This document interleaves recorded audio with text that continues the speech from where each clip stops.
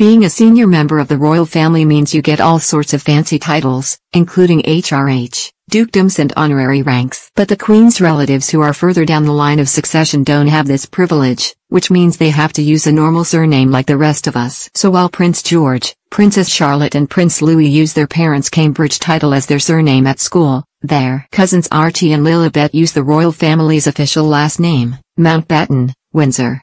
The moniker combines the royal name, Windsor, with Prince Philip's surname, Mountbatten.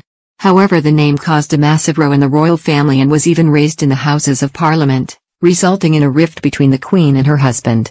It didn't appear on an official document until 1973, but the complicated story behind the name dates all the way back to 1952. Before marrying the Queen and becoming the Duke of Edinburgh, Philip's official title was Prince Philip of Greece and Denmark of the House of Schleswig, Holstein, Zonderburg, Glucksburg. However, his name wasn't considered to be neutral enough, so he adopted the name Mountbatten after his grandparents.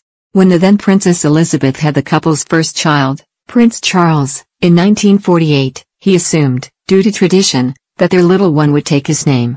However, when Elizabeth went on to become Queen in 1952, she had to confirm the official surname of the royal family, and many wanted her to continue using Windsor, instead of changing it to Mountbatten. Winston Churchill is said to have been an advocate for the royals using the name Windsor, and the Queen's grandmother, Queen Mary, agreed. Do you enjoy reading about the royal family?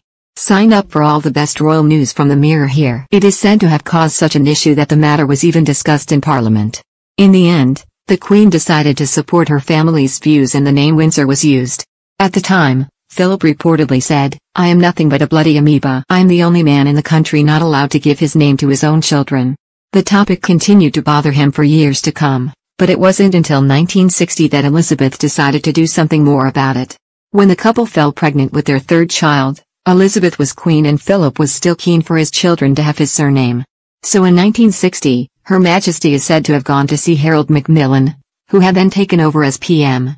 She said she absolutely needed to revisit the issue and admitted it had been irritating her husband since 1952. Finally, a compromise was met, and on February 8, 1960, 11 days before Prince Andrew was born, the Queen declared that she had adopted the name Mountbatten, Windsor. She announced that it would be used by all her descendants who do not enjoy the title of His or Her Royal Highness. And as we have seen, it's still used today.